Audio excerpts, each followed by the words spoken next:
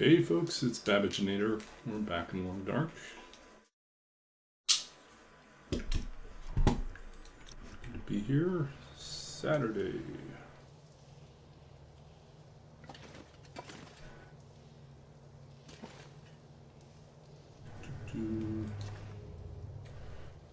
Camp fever base. So we need to spend some time outside.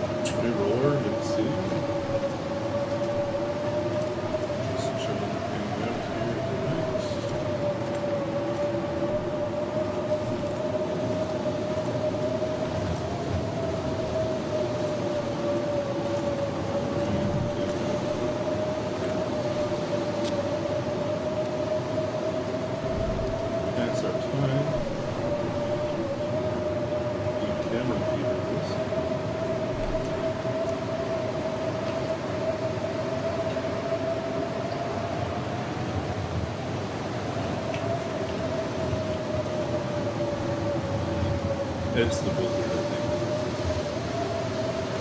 But let me rebalance the game volume. How's that? Oh, it is. I'll try that. I mean, the blizzard is loud.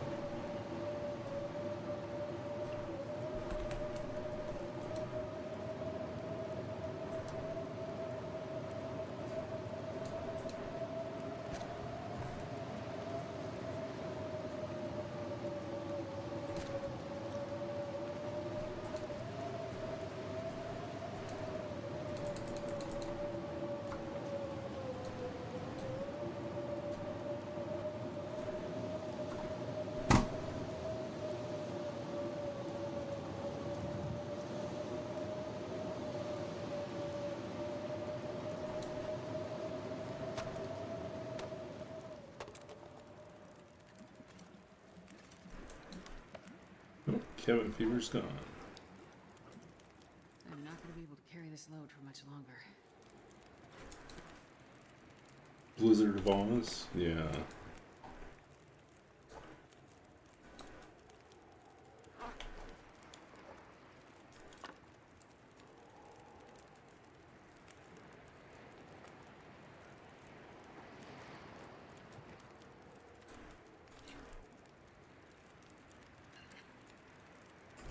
So we don't get sick eating these.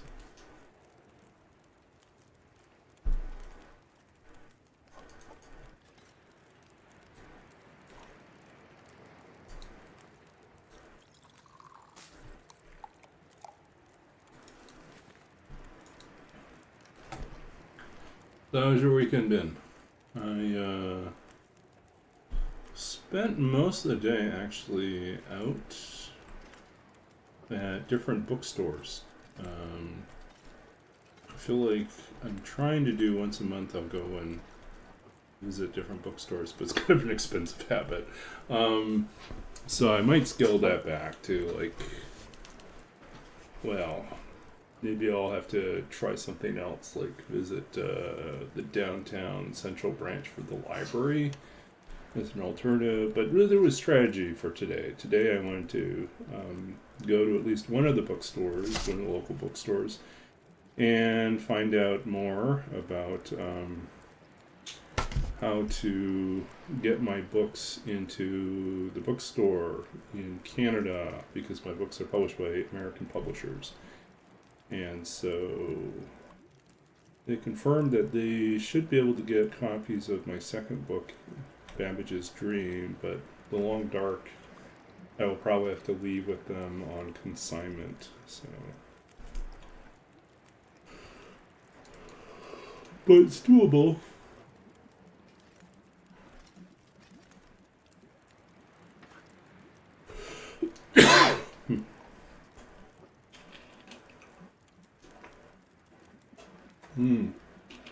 Page twice today. Wow. I really want your attention on it.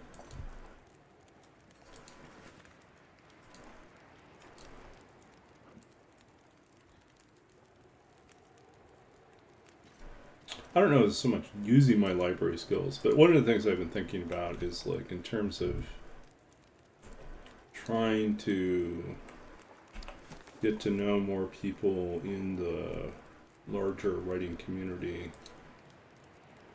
You know, I've been trying to find ways to get more, I don't know. I've had mixed experiences with the going to some of the poetry events in the city. I feel like the ones that are being offered, some of them tend to attract a much older crowd than me. So it feels weird to say, but that's kind of how I feel. So like I'm 51, but the majority of the attendees are in their 60s and 70s. And I was like, yeah, it's not really my crowd. I have friends in that bracket who are writers, but like I've known them for a long time, and I know what kind of work they write and what kind of conversations they have. And I'm fine with that. But I'm kind of hoping to find people more like in the, like more in the 30-40 range as people to hang out with. Make some more writer friends. So yeah, of course I went to one of the bookstores and I talked about like how to get my books into that bookstore, and there was another person in line. It turned out he was also a writer, also a poet, also older than me, but I mean that's fine. And so anyways, so I did meet one person, you know.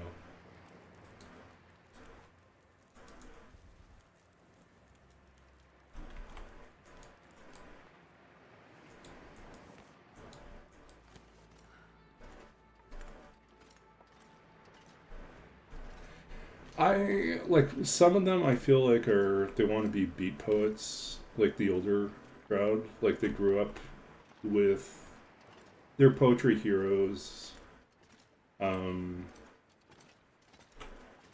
are not really my poetry heroes, or they haven't really read past that. And I was like, I want to hang out with people that are interested in contemporary poetry, things that are happening now, or things that have happened in the last 15 and 20 years, and not so much, people who are stuck like 60, 70 years ago, or 150 years ago,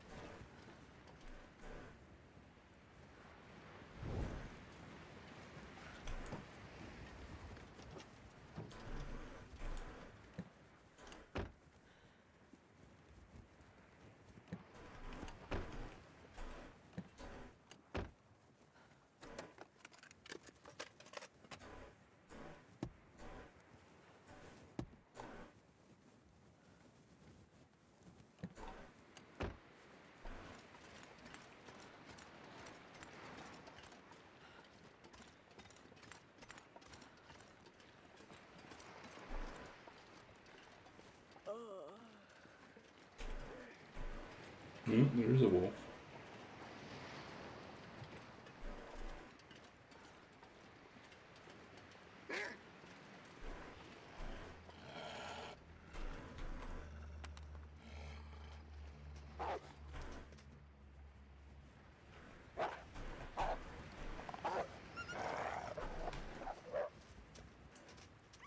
I think he was considering it. He was really considering that charge.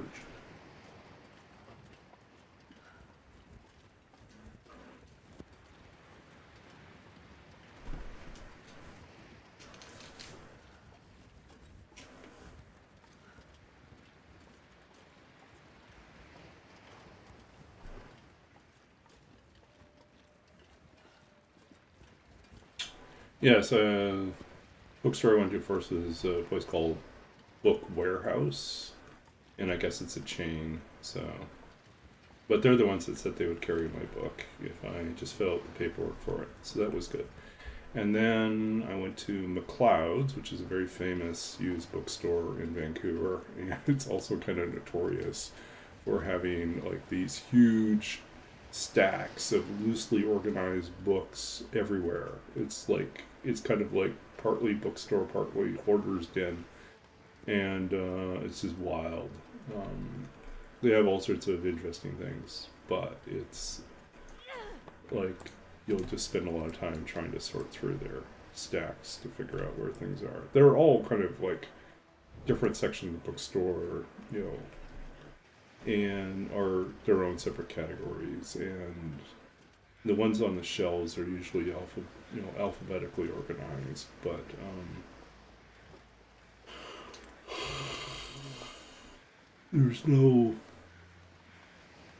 there's also lots of stacks on the ground and on tables that aren't organized. So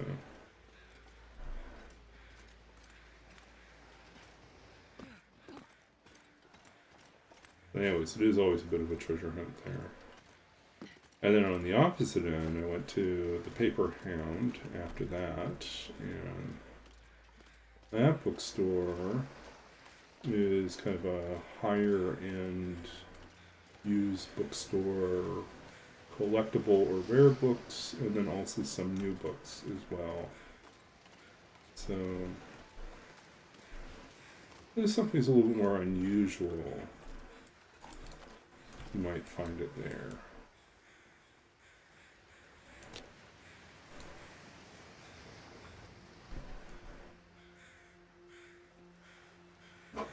Yeah.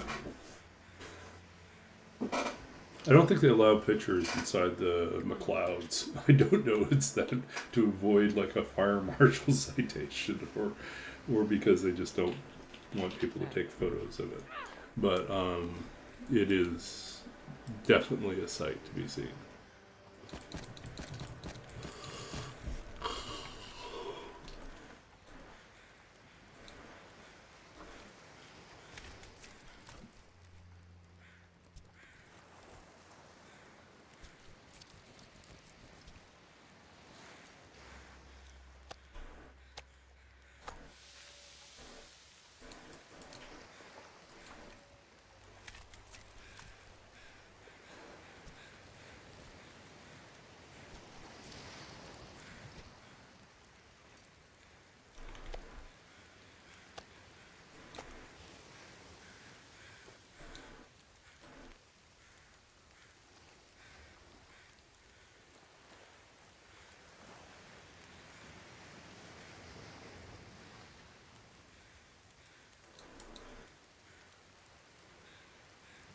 Do we want more guts or do we just want the hide?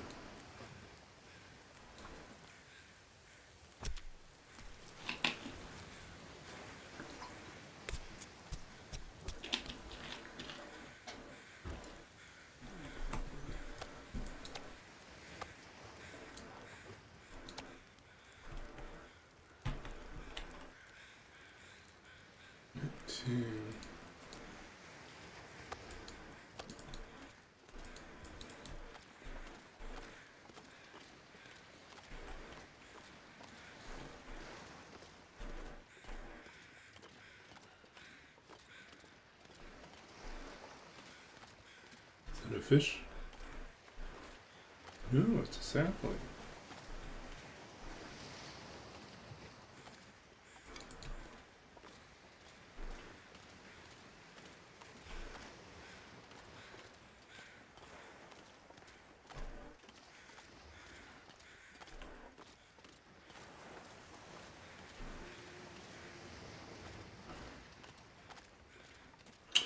So yeah, I found Paper Hound has an interesting selection of poetry, but they also have a fantastic philosophy section.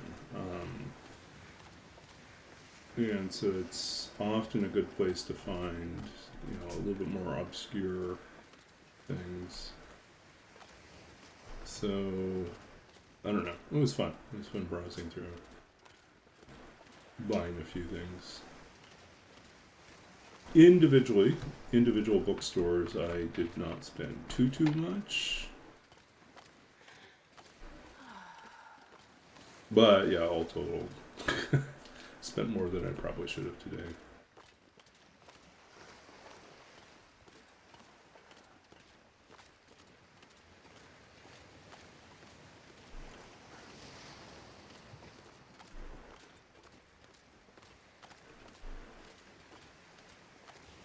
Is that another fish?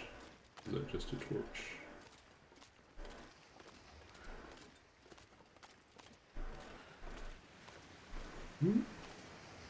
Telescopes.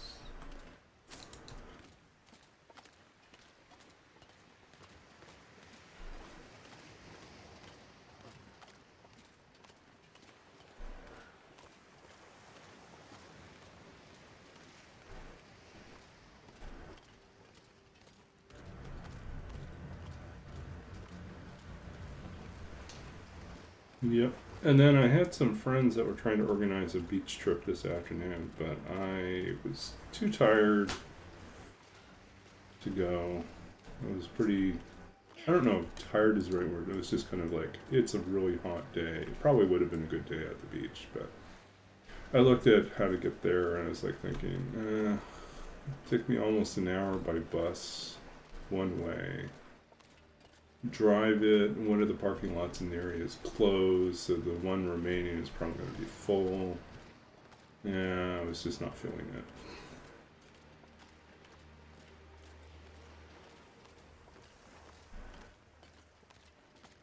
Plus, I was like also not like, do I really feel like I want to go?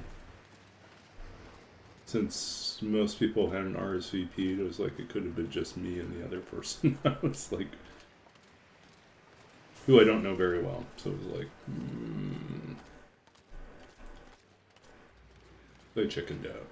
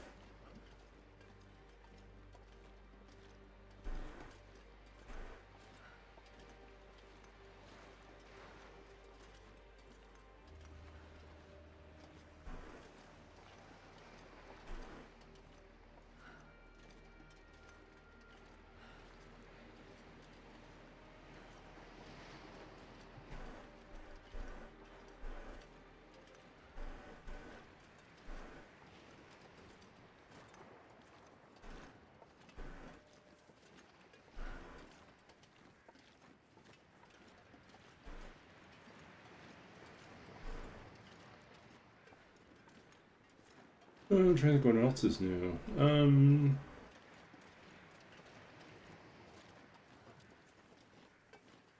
I talked to my boss. Well, yeah, so little updates. Looks like I'm going to get a kind of a little mini job for the fall as well. So something else to tack on to my hours. So one of the teams I work with, which does social media disinformation research, wants someone that they have graduate students already like learning this, but dealing with the university's advanced research computing servers has a little bit of a learning curve, and they're thinking that rather than just have like individual graduate students learn this and then graduate and then the next person not know how to do it or devote too much time to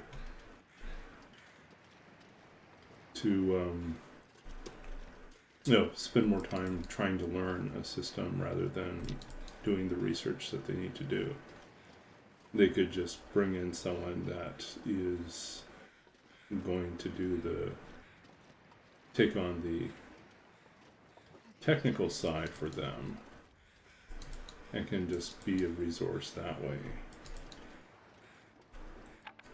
So we ate all the meat. There's still hide here.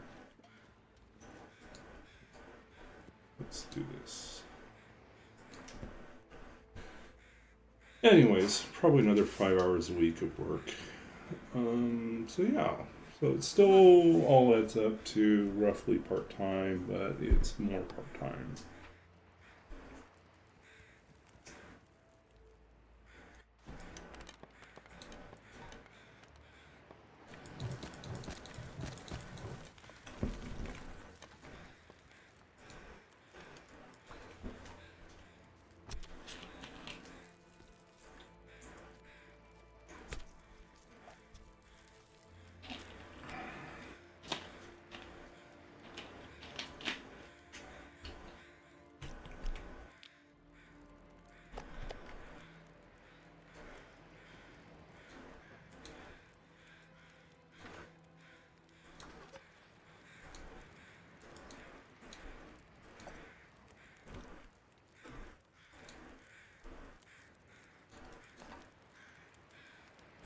Oh, we can still make porridge.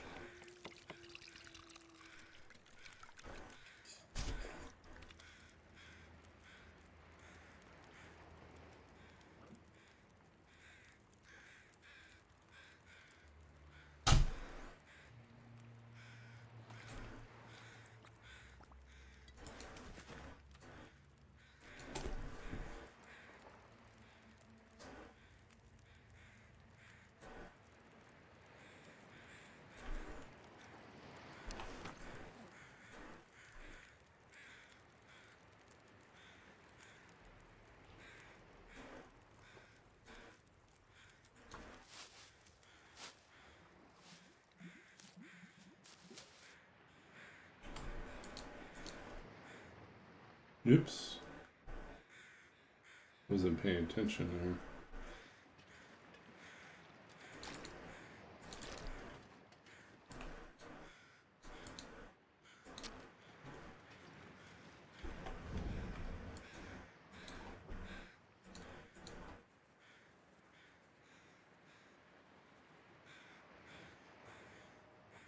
What do you mean we can't start the fire?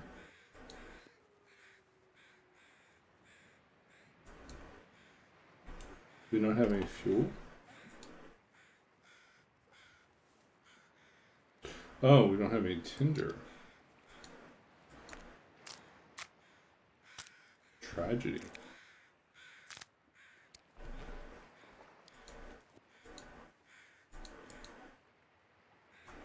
We're still not good enough to get by without tinder, apparently.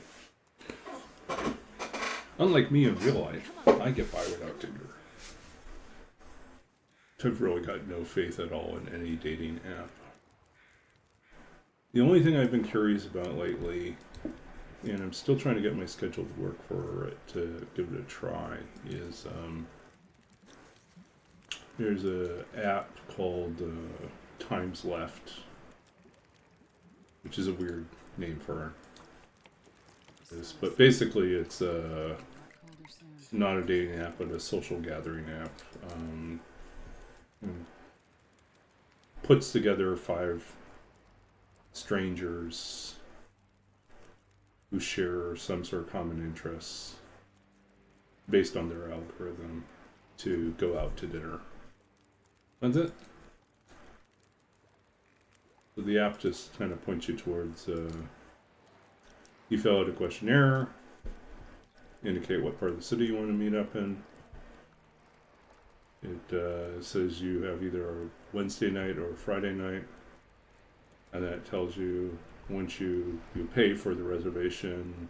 Well, actually, it's not really a reservation. You pay for that meetup.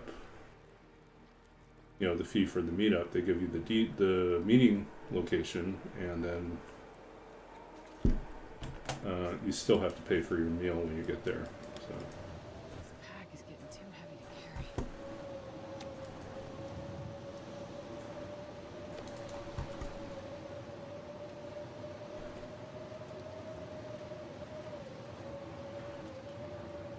Anyways, Vancouver is kind of this. A lot of big cities have this problem. It's like, even though there's lots of people here, a lot of us work in either remotely or hybrid, or we work in very like siloed, you know, fields where like your chance of making friends outside of the workplace is very, very limited. So, I mean, I see the value of this. I actually do something very similar, or I've done it in the past, and I'm trying to resurrect it again. Is I run a poetry potluck event where, you know, I invite some local writers over for dinner. They bring a dish, they bring a poem to share. They don't necessarily know each other, they know me, and it's an opportunity to spend a couple hours just eating good food and having conversations about art, literature, culture, whatever, wherever we end up. And then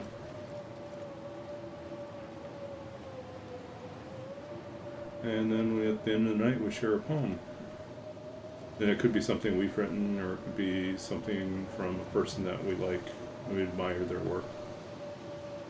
And it's pretty chill, but I think like that 2 or 3 hours of sustained conversation with a small group of 5 to 7 people, it's actually some of the best experiences I've had have been in those type of conversations.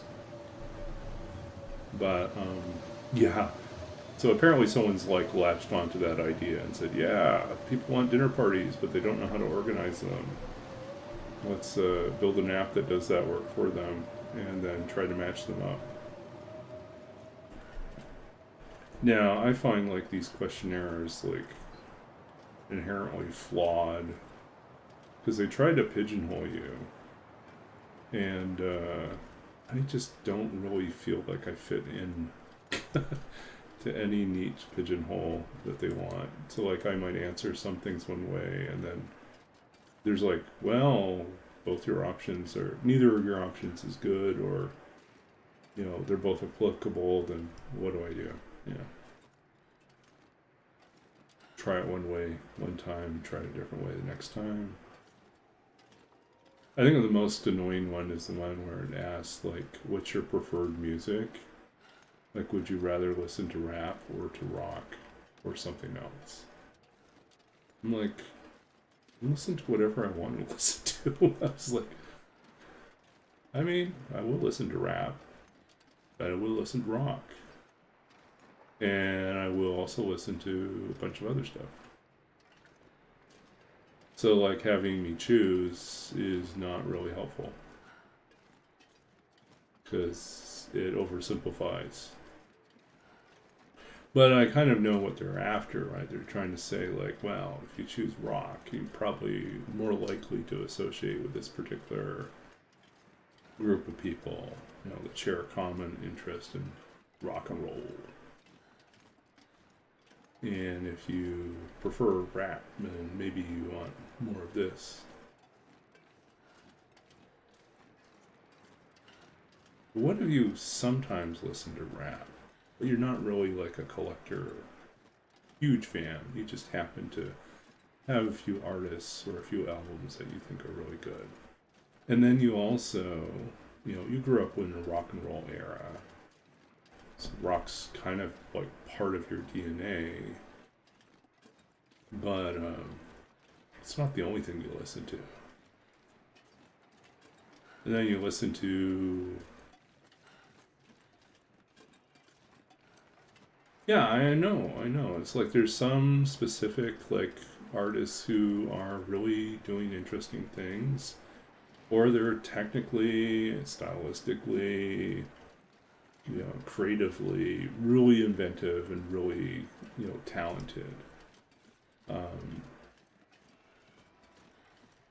Some people, it's just all about posture and money and materialism. I really don't have much interest in that side of rap, but I do like it when there's something that... I like the roots of rap that dealt with social and political commentary about injustice and violence. Barely walk with this much gear. Yeah, it's just not the stuff that's played on the radio. Or if it's on the radio, people really don't... They only appreciate the surface level. They're not really ready for like a bigger conversation about it.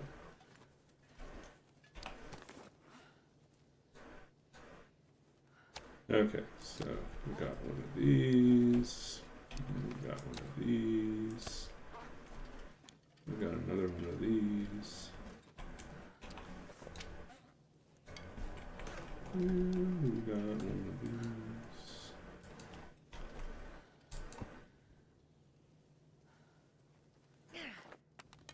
Really should be making more torches, but we didn't. Yeah. And then they're just sort of like, some people are, you know, certainly checkered, problematic, you know. Doesn't take away from the fact that they can have like important things to say.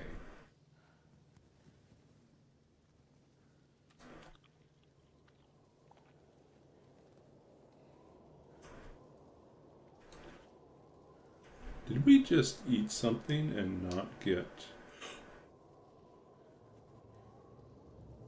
Do you know what just happened? Do you see that? This is a game changer. Check this out. We're eating wolf meat.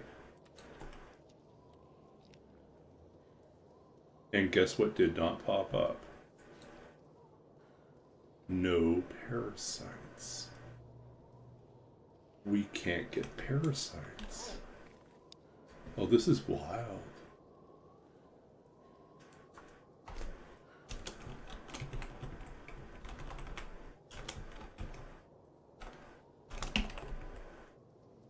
Wow.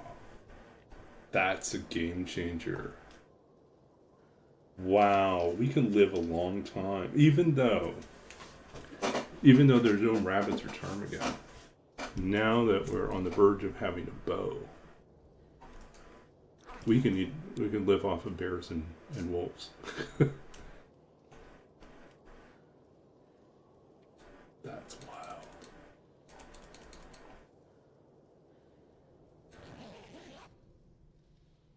That's so wild.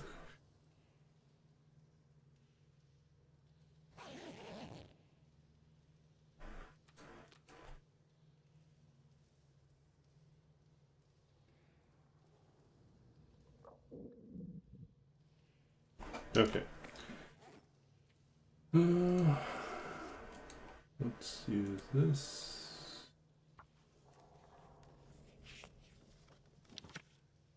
Yeah, and now there's no. I mean, it would still be nice to get to cooking 5, but I need to find food. it is kind of a game changer, you know.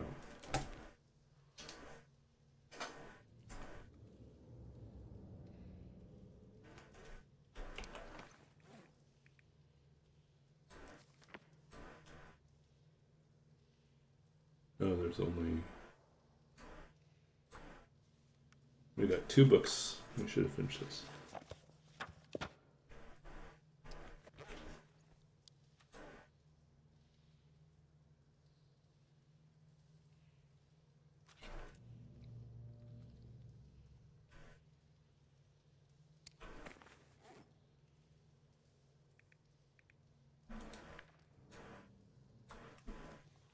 Man, I could eat anything.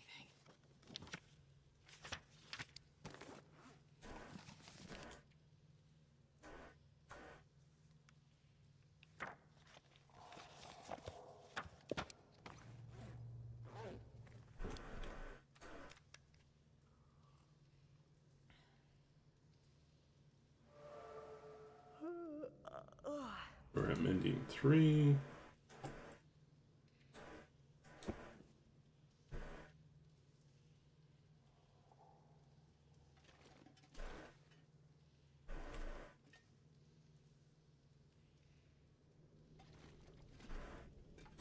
Ah, I'm starving. Yeah, we need to make more torches. I wonder if I can drop any of this gear.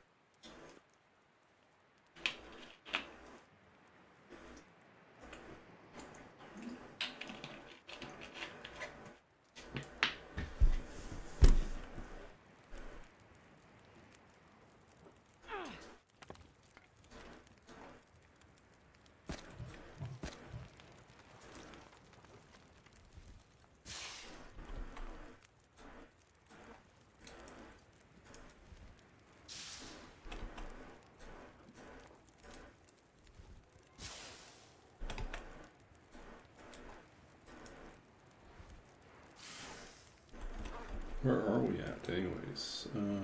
Cooking 4, are starting 3, so far away.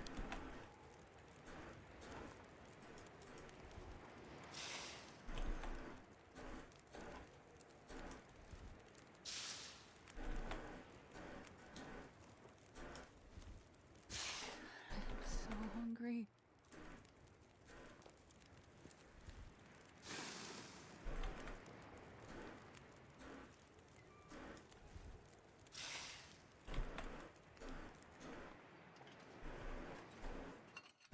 Okay, we're going to cut through here again. Let's try to carry And much more.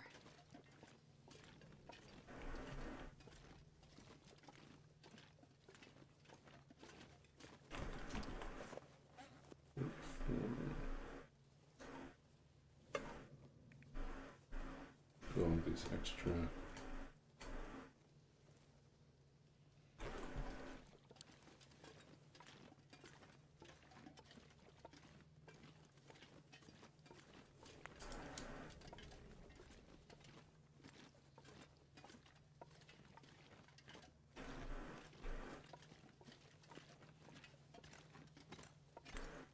Yeah, that's an interesting twist. No parasites.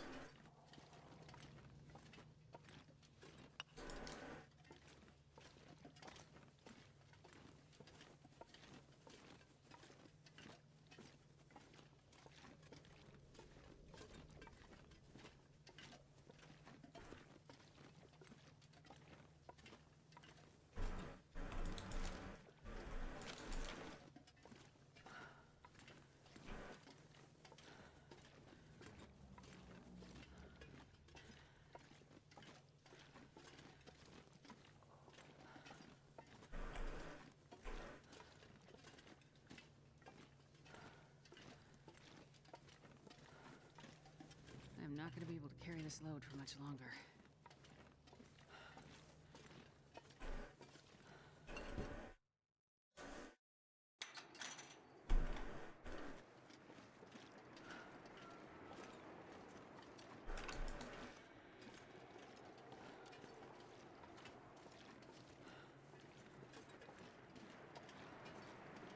Where is everyone? Where are you, Mr. Bear?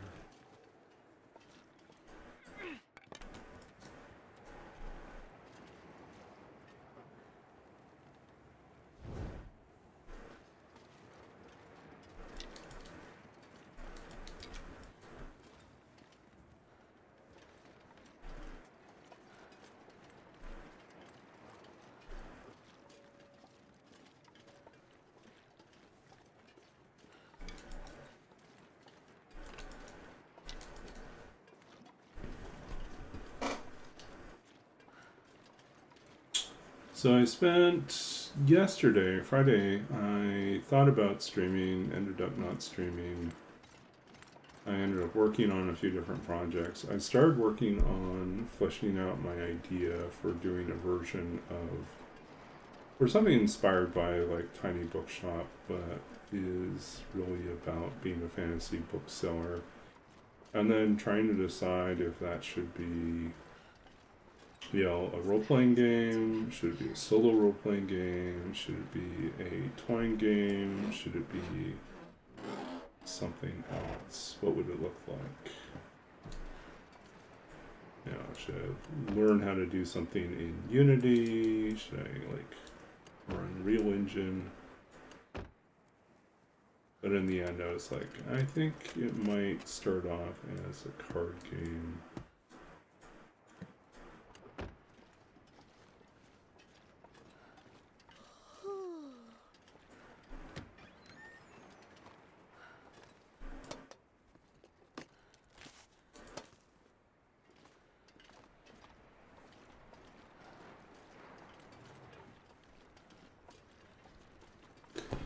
And then I spent some time looking over my old notes for previous campaign ideas and then thinking about what else I might want to do. And so I started compiling my notes for the next in-person D&D game that I'm running getting in September.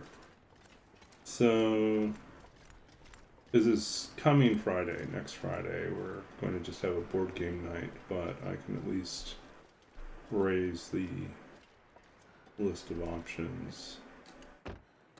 I'll probably post it beforehand.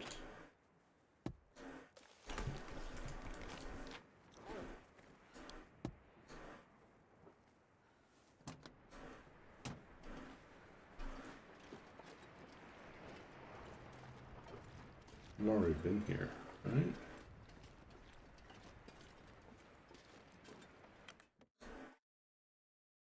I can barely walk with this much gear.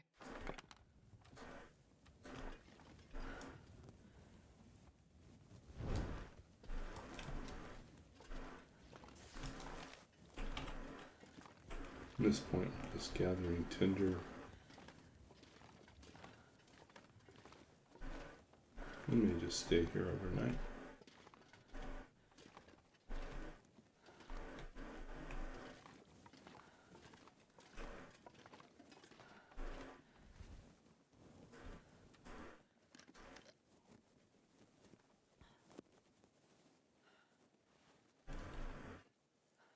It looks like we probably can boil some water.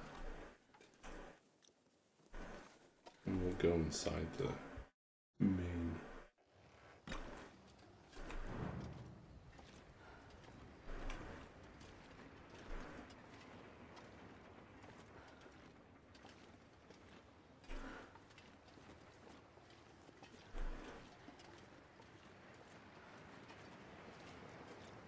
Yeah, I think a lot of people drop Unity because of that, but it is still like a pretty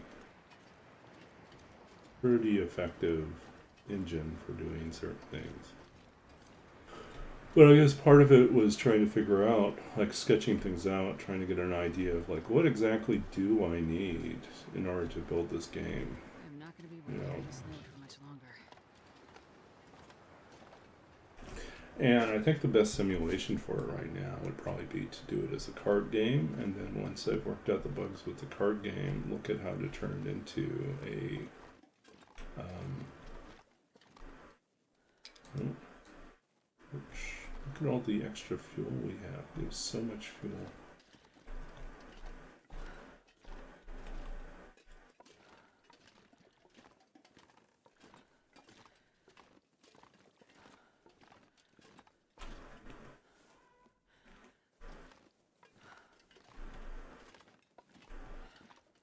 Ready to teleport down? Teleport it down.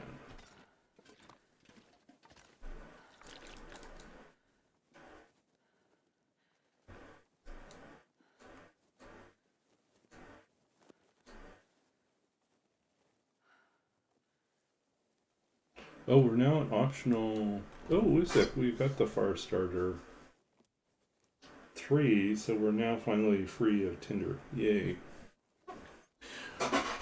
So yeah, so when I started to figure out what I wanted to do, I realized I could probably just do it with a few different decks of cards, and then the decks would contain some variants.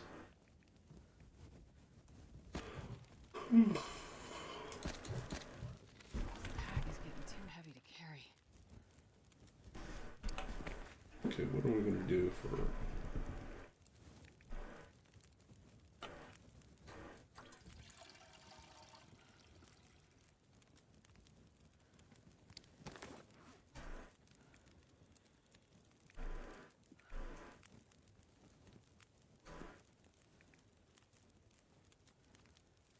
Okay, we got enough food. And some water to boil here.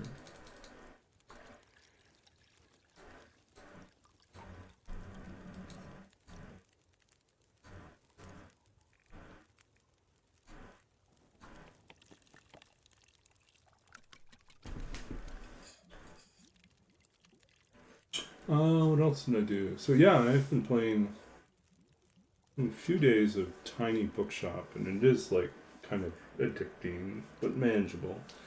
And then I also found one called,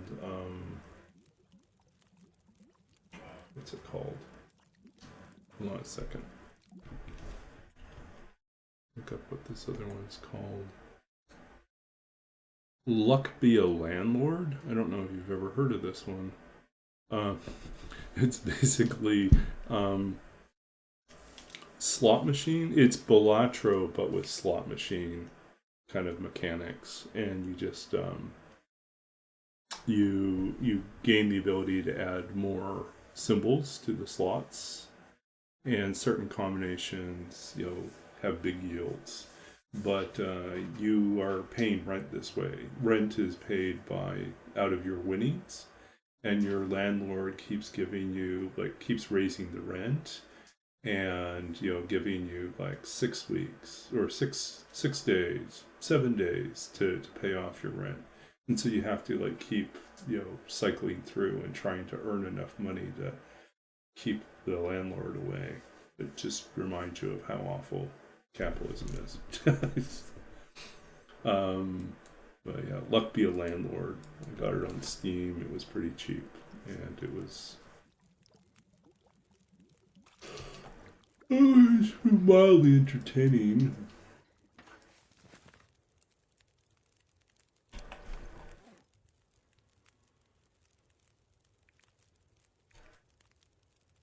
Okay, lots of coffee and these. Okay, so we no longer need Tinder, so we can drop these guys.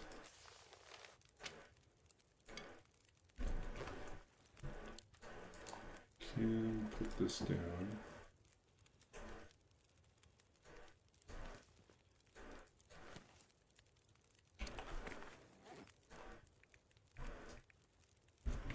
Might as well pull a few torches. I can barely walk with this much gear.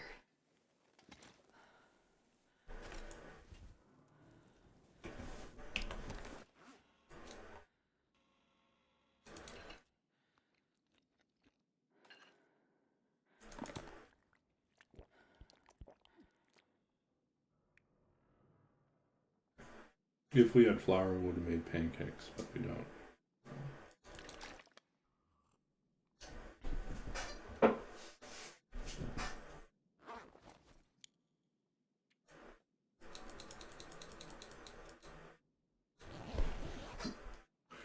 So yeah, that was Friday. It was working on D&D campaign, planning out, and then also planning out how to design this other game.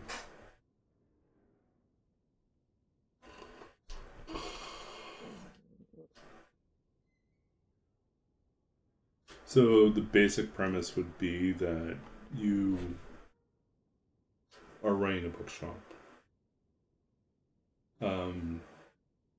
but you currently have a limited number of slots in your bookshelf, and then you have a limited amount of gold to start with, and you have to, in order to get more inventory to sell, some more books, you have to go into dungeons or abandoned libraries, or you have to, so ruins, dungeons, abandoned libraries, or you have to trade with NPCs or monsters that you find, or you have to go to like a market or a bazaar, or an estate sale or something like that, or you have to, a few other options, and so it's random in terms of what you get. But the books that you find will come; they'll have like a title and a one sentence description. And the one sentence description will have a number of words that are highlighted or bolded, which are basically keywords. And so you may find that certain customers are looking for particular keywords, and if you happen to have a book that matches, at least one of them, you can sell it. And if it happens to match like 3 of them, then you get a bonus. But yeah, so anyway, that's kind of the idea behind it. But I found it's like interesting, the tiny bookshop thing has a very different sort of mechanic. Well, it has some similarities, but some very different mechanics. For tiny bookshop, basically there's a newsletter mechanic that pops up, and then in the classified ads, every day you open up the newspaper, there's always opportunities to purchase like boxes of books, and the books have different themes. The boxes have different themes, but there's a chance to get, there are different genres of books, and that plays towards what people are looking for. But sometimes the customers in tiny bookshop want a very specific type of book, and so you have to, from their description, figure out which of the books, and you can kind of mouse over the books and get a sense of which book might be a good fit. And sometimes you can find like some workarounds where you can offer them something that's not exactly what they're asking for, but in a weird way matches what they're looking for, and you'll still get credit for it. So I find that was kind of entertaining. It's like offer them something that they weren't expecting, but they actually liked. So.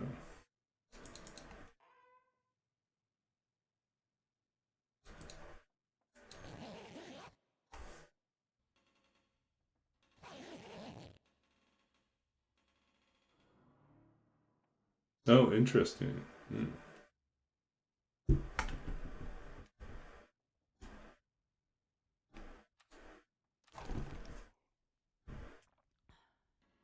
I don't think I played the Book of Hours. I'll have to go looking for that too.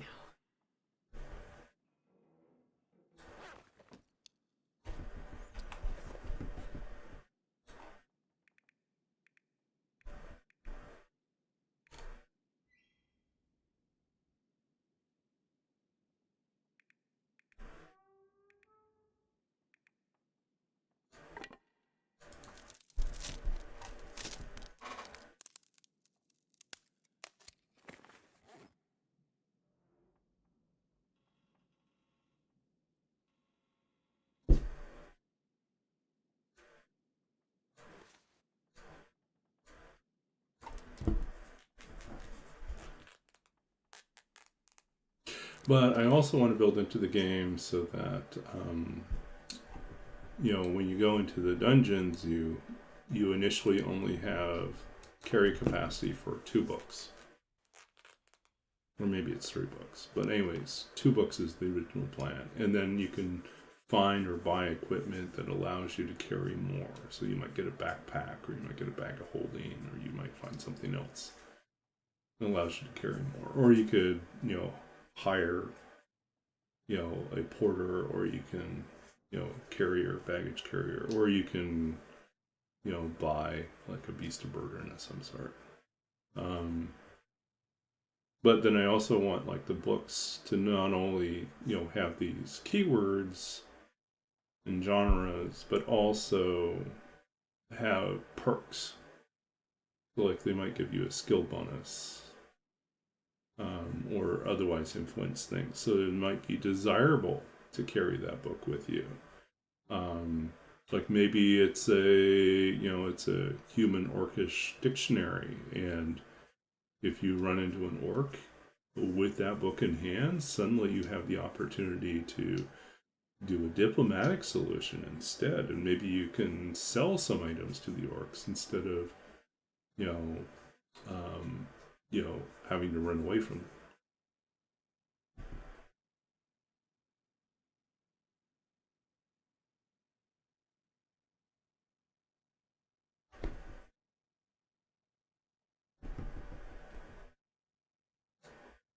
That's kind of cool.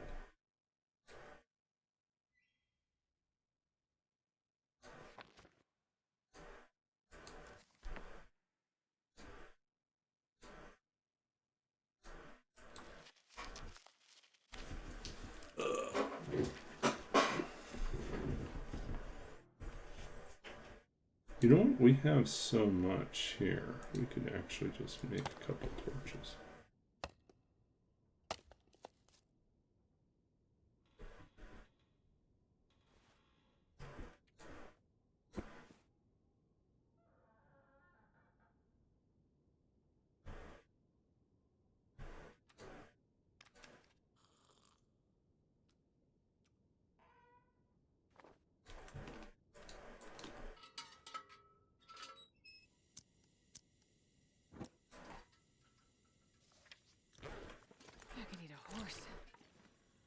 Could. Should you? No. Shouldn't.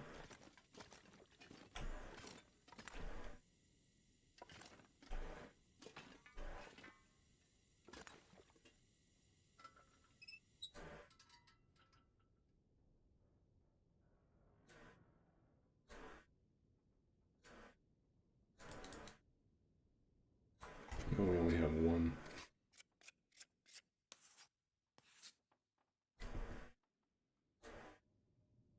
We still don't have a... Yeah, we still don't have a cured maple sapling yet. We need to make a bow.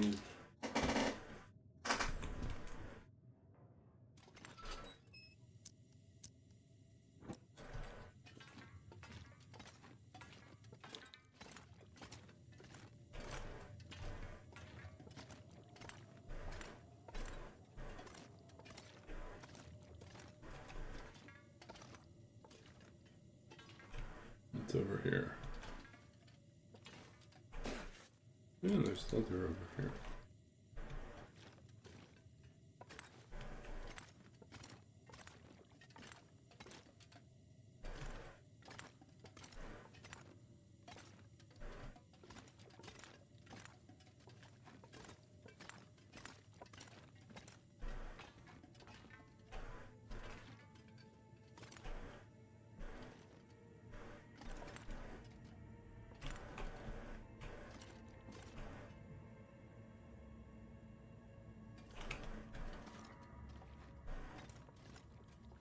Oh.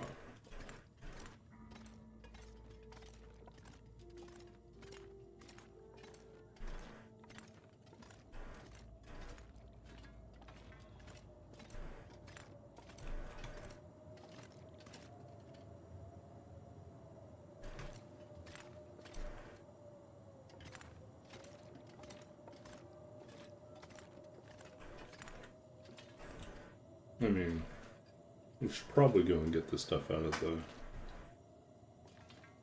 So security, the safety box out here.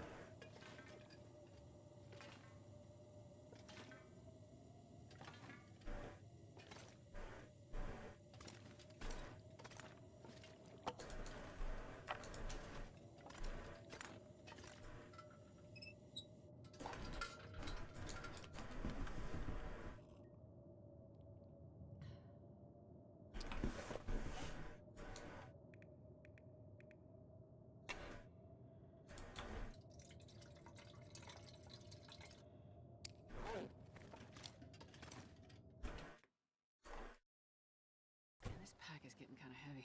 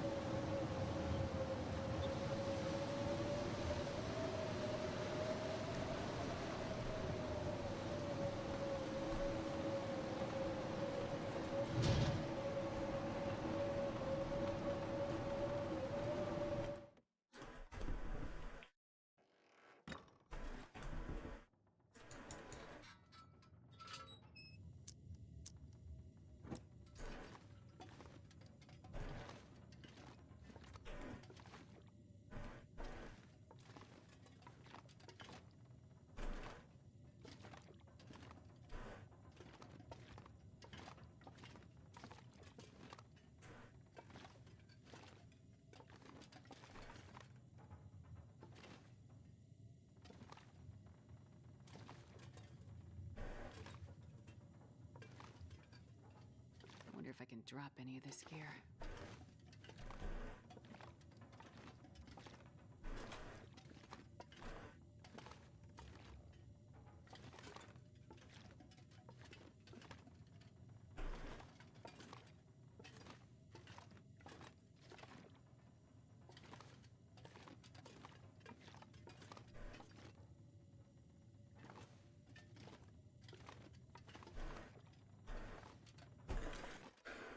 Ooh.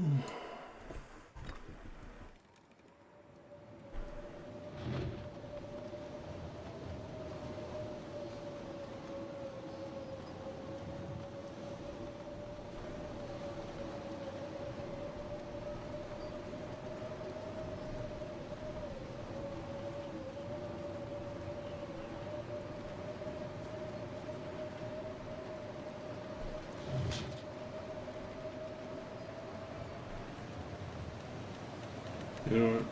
I'm not going to plan on getting lost out there. That seems like a terrible idea.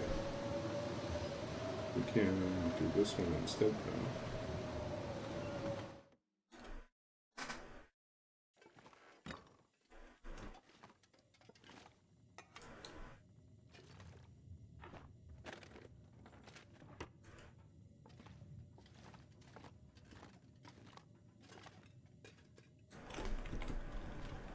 Sure I can carry much more. Hey, lady. Welcome in. Lady Sunfire. Welcome in, lady. I'm like super chill. Yeah, so I'm Babaginator. Everyone just calls me Baba. So you can do that too. And here's a little bit about me. And I'm currently playing the Long Dark, doing a custom Interloper run. This is a little bit about the run so far. It's basically a completely randomized, tougher than Interloper run. I wrote a generator, a little code generator or basically I wrote some code that generates random custom settings. And you say what your starting level is, and it will create a setting that is at least that level in difficulty. So yeah, I'm a Canadian streamer based here in Vancouver, BC.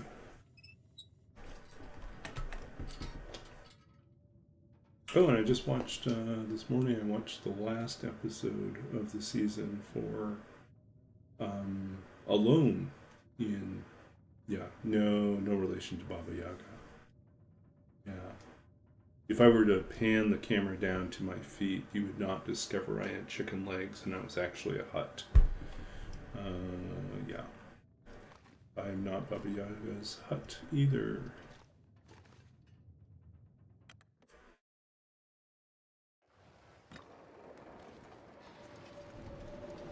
But yeah, so I stream The Long Dark Tuesday, Thursday, and Saturdays. And I'm a writer. I'm also a former computer games programmer and recently completed my library science degree. So I've yet to live out on the East Coast, but I have traveled out there before. Sometimes on book tour, sometimes for writing and publishing conferences. Yeah.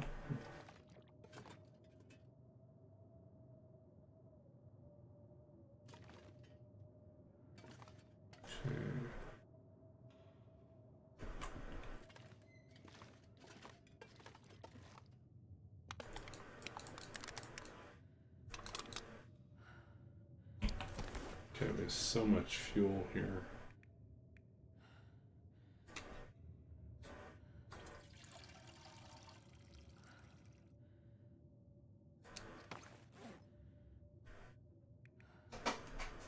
We're gonna just drop the lowest ones.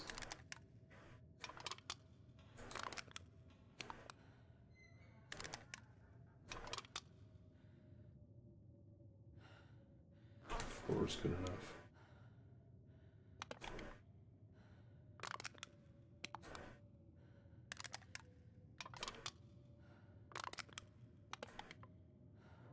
I'm not going to be able to carry this load for much longer.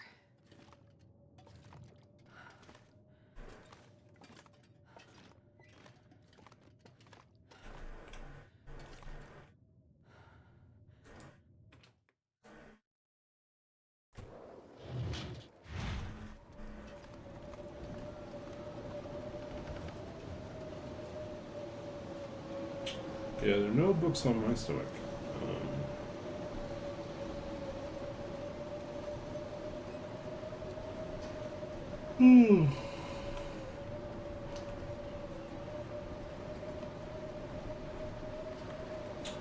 So yeah, if you enjoy watching someone play Interloper and not usually getting too freaked out, we're pretty chill here. I have a lot of hours in the game at this point. What is the current number now? It's something ridiculous.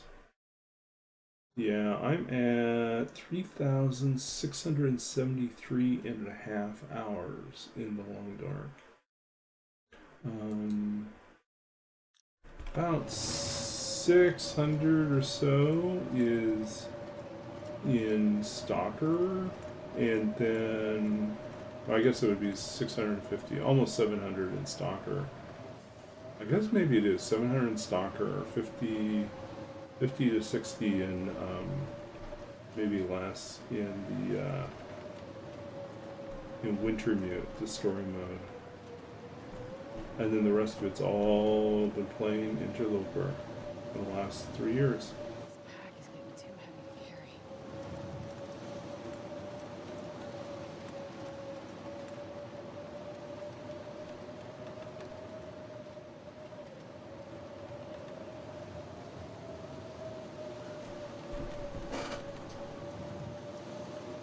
So East Coast, huh? Are you also in Canada? Or East Coast, US?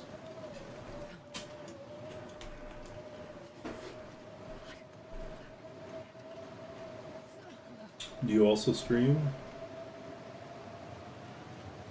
Or do you mostly play? My fingers feel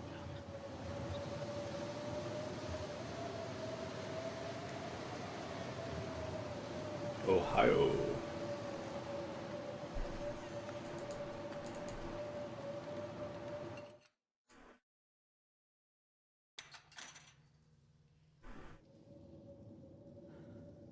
Still pretty early.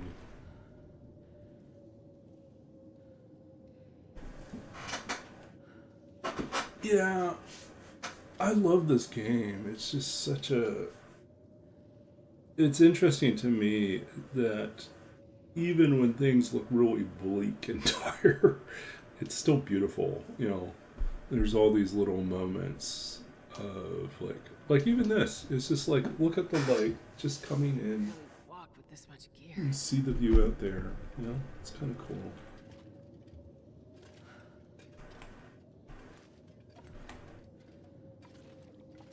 Yeah, it's kind of pretty. Its own simple little way.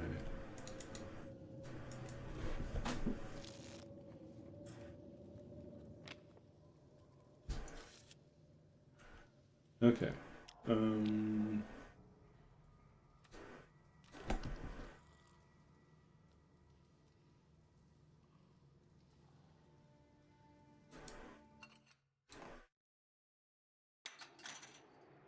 Have you ever experienced an Ohio winter that got as cold as it does in the game? Because before I was living here in Vancouver, you know, I've lived all over the place.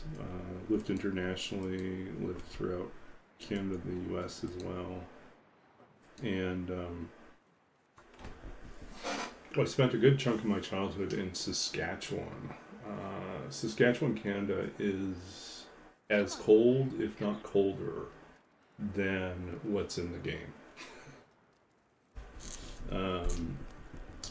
So I remember in my childhood there was one school day. We'd never canceled school because of weather. So there was one particular day in which we got hit with a massive cold front, and it was so cold, it was colder than in Siberia. We with wind chill, so it was without wind chill, it was minus like 36, and with wind chill it was minus 63 Celsius. So minus 63 Celsius. So that would take you to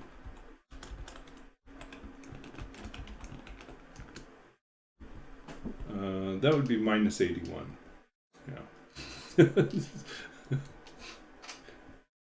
That's the coldest I have experienced myself.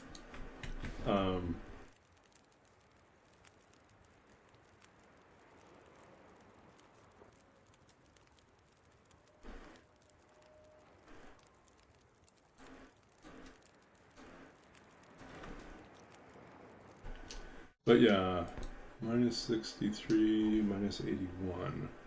And then, like, regularly every year, there will be at least a week where it drops down to in the minus 40s.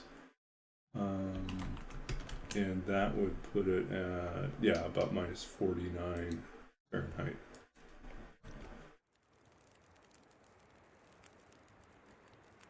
There was a whole season recently on the History Channel's series Alone that was set in northern Saskatchewan. And many people consider the most brutal locations that they've used.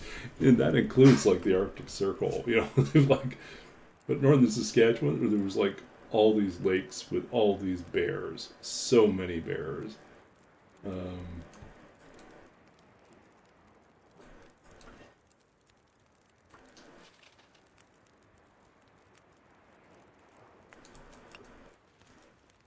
Yeah, and I do think, like, it's definitely gotten much more temperate than when I was a kid.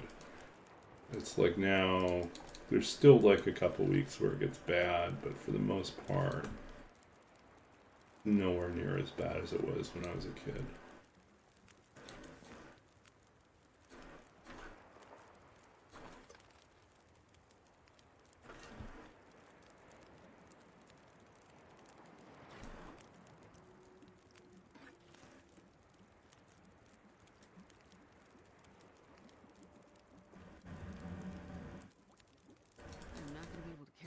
for much longer.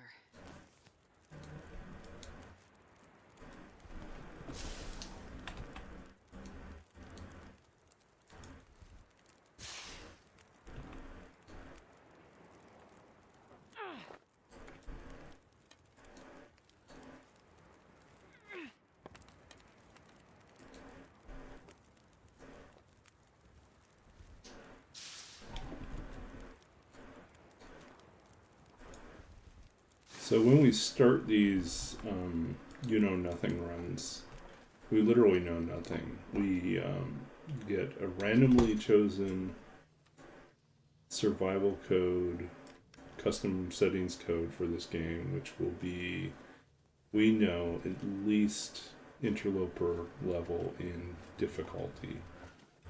And we just cut and paste that code into the custom settings, and it fills out all the settings for you, but we don't look, we just hit start right away. And then we spend the run trying to figure it out, trying to survive 50 days and figure out what exactly are we dealing with. So some things we figured out pretty quickly. One was that there's no rabbits or ptarmigan. Somehow we have a run with no rabbits, no ptarmigan, no birch bark tea, and so that was kind of worrisome, because early game you usually try to get some guts down so you can get your bow going, and now we're just dependent on deer carcasses and the occasional wolf carcass. We did manage to make it here to Desolation Point and take care of the forge last stream, but we are still waiting for saplings to cure before we can actually craft the bow. So we've crafted some arrows, and we crafted, well, I don't know, we'll find out.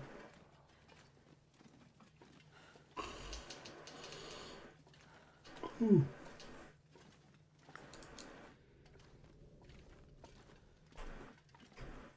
Yeah, so one of the interesting things we discovered is today we harvested a dead wolf that we found on the ice as part of our beachcombing.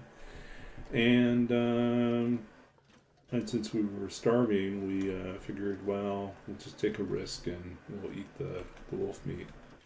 And that's when we discovered we don't have parasites on this run. I was like, how did we get away with that? I don't know. No parasites. So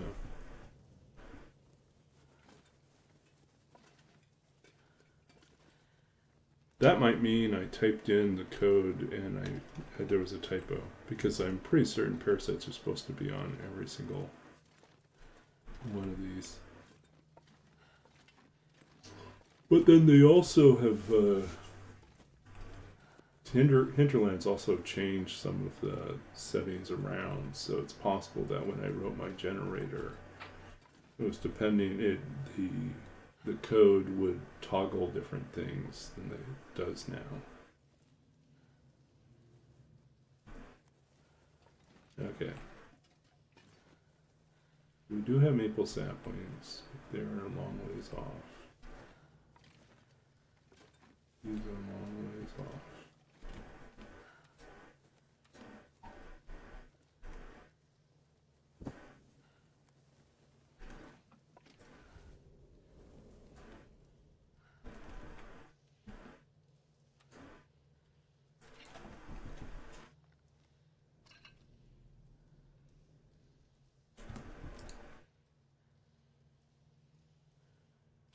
We really need to get that bow so we can actually survive. I'm not going to be able to live off of carcasses.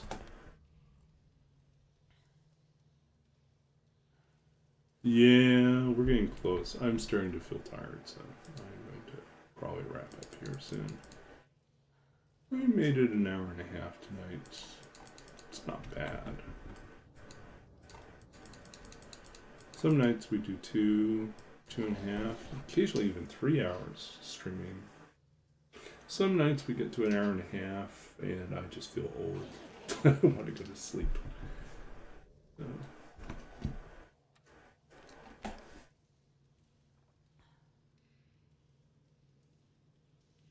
need to find food. Okay. What else do we have?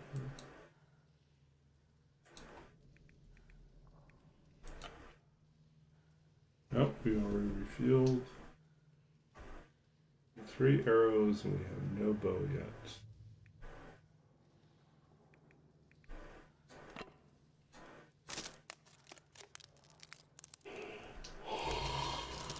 Anything right now.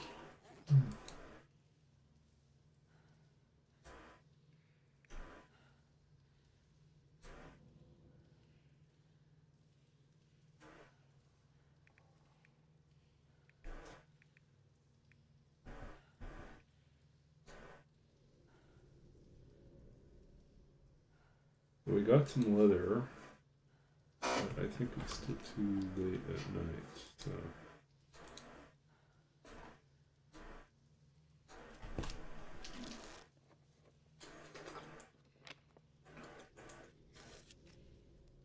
God, if I don't get some food soon. Oh, we did see those other work boots, and we forgot to check and see if they were in good condition. Oh, well. I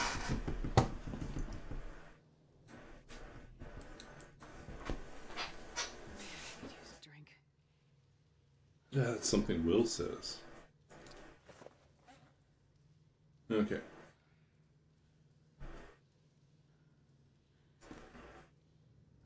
Still need to fix those mittens.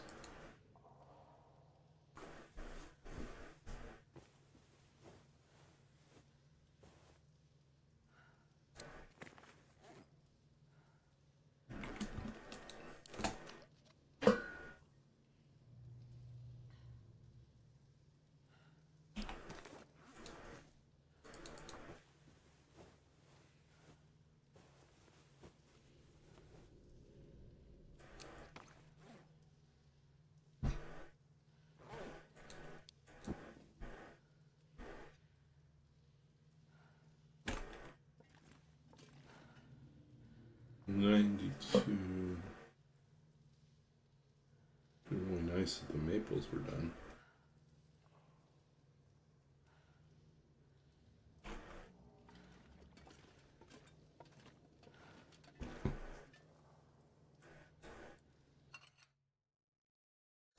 I can barely walk with this much gear.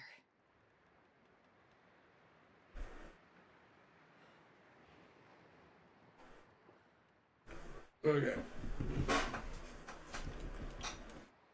So where are we at right now? We are at day 29. We need another 3 days.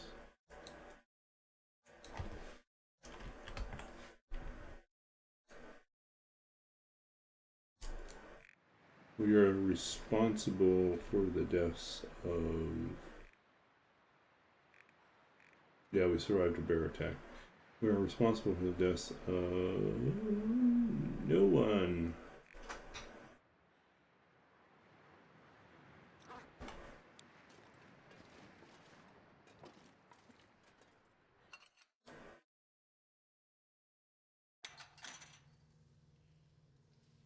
Okay. Yeah, I think we're gonna wrap up here. So we're gonna read a poem. We're gonna read a poem from someone else. Then we'll read a poem from me, and then we will raid some other TLD streamers so we can continue the party. Thanks for hanging out with me tonight.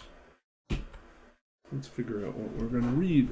So, request to read something from someone else.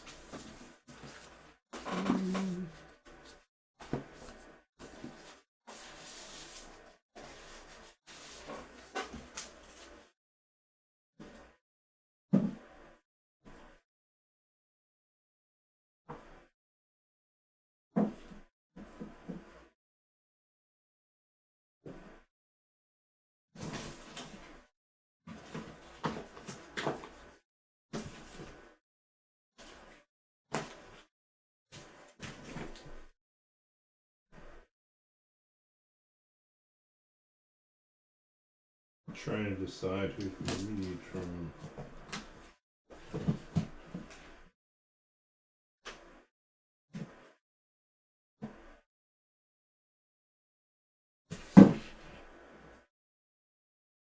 It's been a while since we read something from Philip Levine. So Levine, how can I put this? I wouldn't say Levine was a friend of mine. He was a poet whose work, I guess, I've greatly admired. One of the first books of contemporary poetry I came across as an undergraduate was a book of his collected poems, and that kind of started me down a path of figuring out how to write in a way that felt like it engaged with natural language and yet somehow also had this magical way of transforming the ordinary into the extraordinary. Like a spell being cast on you. And so, I think about, these great poems by Philip Levine. So I did get to meet him, and my first book won a prize that's named after him. On that particular year, it wasn't actually judged by him, so he was not the one that selected it, but I did win a prize that was named after him. So we're going to read something from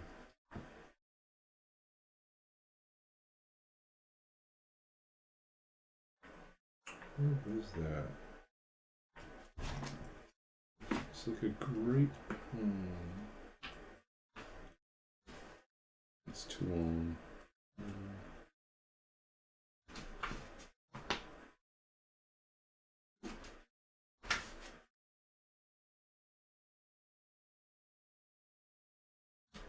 Okay, we'll do this one. Scouting. This is from What Work Is by Philip Levine, winner of the National Book Award. Scouting. I'm the man who gets off the bus at the bare junction of nothing with nothing, and then heads back to where we've been, as though the future were stashed somewhere in the tangle of events we call where I come from.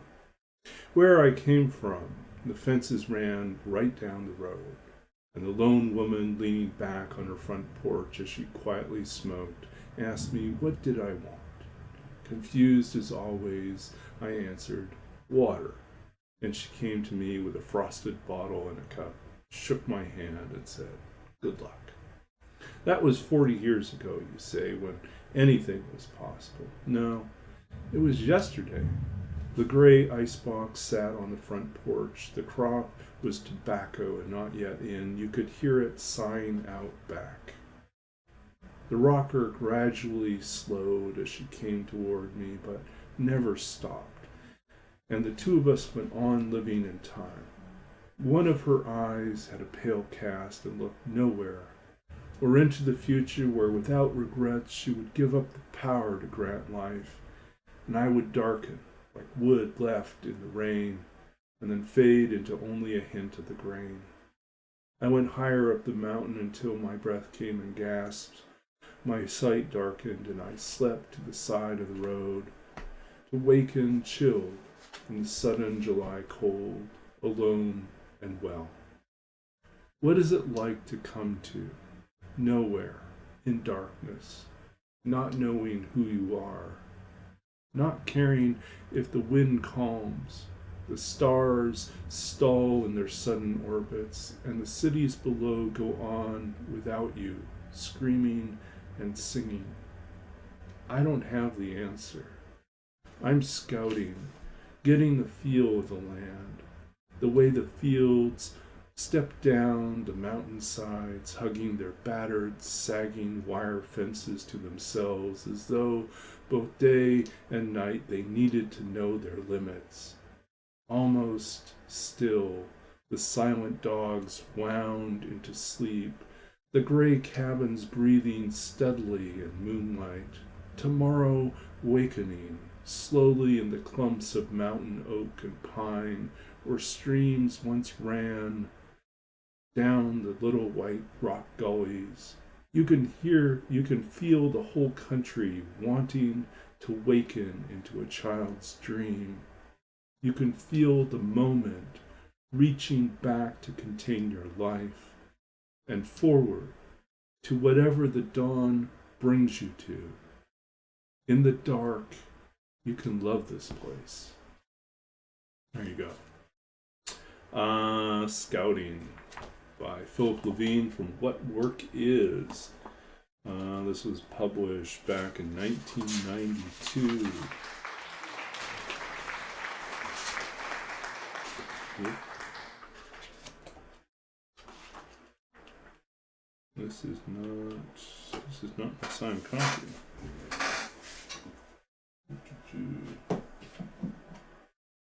Yeah, some of them I got signed. Oops, let's see if you can see this. Signed by Philip Levine. So, but for some reason I don't have that one signed. He came in red at USC where I did my PhD. And so this was after I'd won the prize a number of years later. And so it was wonderful to hear him read. It was wonderful to get a chance to actually chat with him and have some of his books signed by him.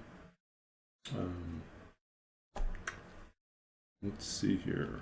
Let us pick up something.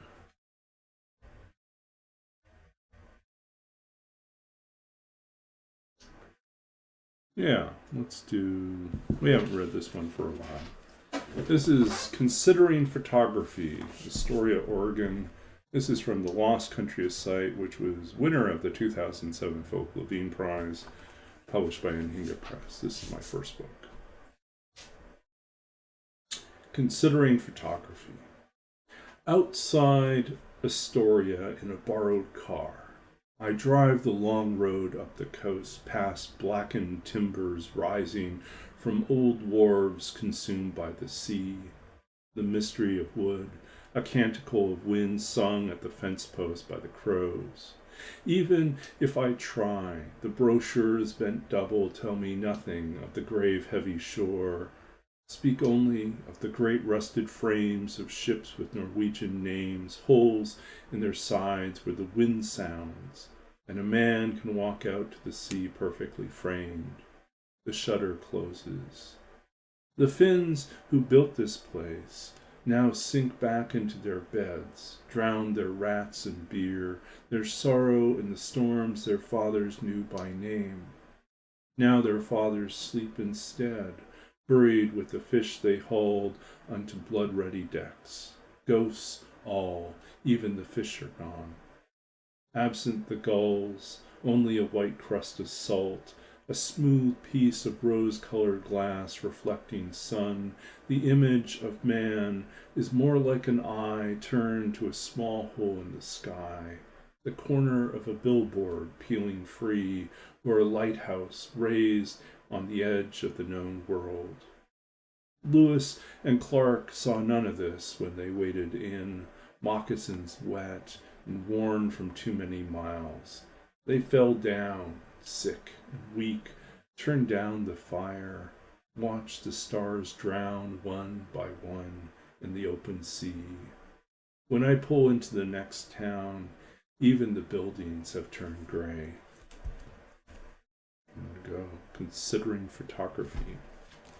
From the Lost Country of Sight. Yeah, if you enjoyed that, you can find out more about my poetry on my website. And this is from Lost Country, which you can read about there. Okay, so thanks for hanging out with us tonight. We're going to get ourselves ready. Find someone to raid.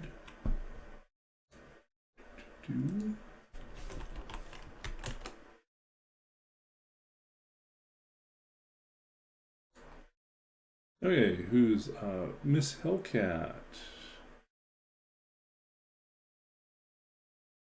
It's been a while. Let's drop in on Miss Hellcat, another Canadian TLD streamer.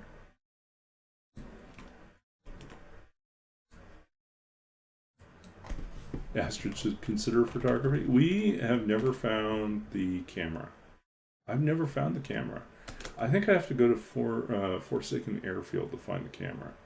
Anyways, we'll get there one of these days. We're inching closer. We're on day 29, I think. So we are on our way to, let's see, 20 days left to get to day 50 and finish up this challenge. And then we'll get the big reveal. We'll find out what the actual settings were. Okay, so thanks for hanging out with us tonight. And we're going to head over to Miss Hellcat. And we'll talk to you later.